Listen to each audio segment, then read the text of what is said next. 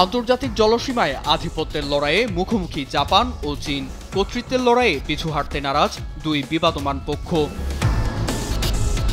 শনিবার ফের জাপানের ওকিনাওয়া দ্বীপের কাছে আন্তর্জাতিক জলসীমায় সাংঘর্ষিক মুহূর্তের সাক্ষী হয় দুদেশ। এদিন জাপানের নজরদারি বিমানের দিকে ফায়ার কন্ট্রোল রাডার তাক করে জাহাজ বিধ্বংসী ক্ষেপণাস্ত্র বহনকারী চীনের J-15 যুদ্ধবিমান। এতে আতঙ্কে তাৎক্ষণিক পিছু হটতে বাধ্য হয় জাপান।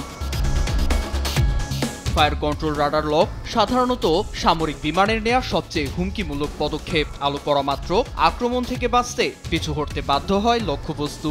একে উস্কানিমূলক আখ্যা দিয়ে কঠোর পদক্ষেপ নেয়ার হুঁশিয়ারি দেন জাপানের প্রতিরক্ষা মন্ত্রী শিনজিরো কোইজুমি।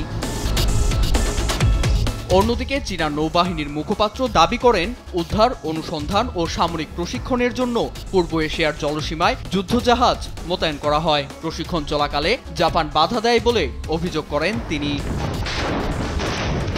এই যুদ্ধজাহাজ মোতায়েনকে এশিয়ার শান্তির জন্য বড় হুমকি বলে আখ্যা দেন জাপানের প্রধানমন্ত্রী সানায়ে তাকাইচি। গেল মাসে চীনকে সতর্ক করে তিনি বলেন, চীনের আধিপত্যের বিরুদ্ধে পদক্ষেপ নিতে প্রস্তুত তার দেশ।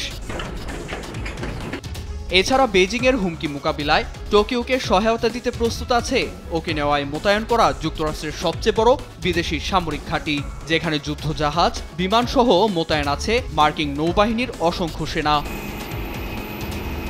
নীরব দাস, নিউজ ডেস্ক, দেশ টিভি।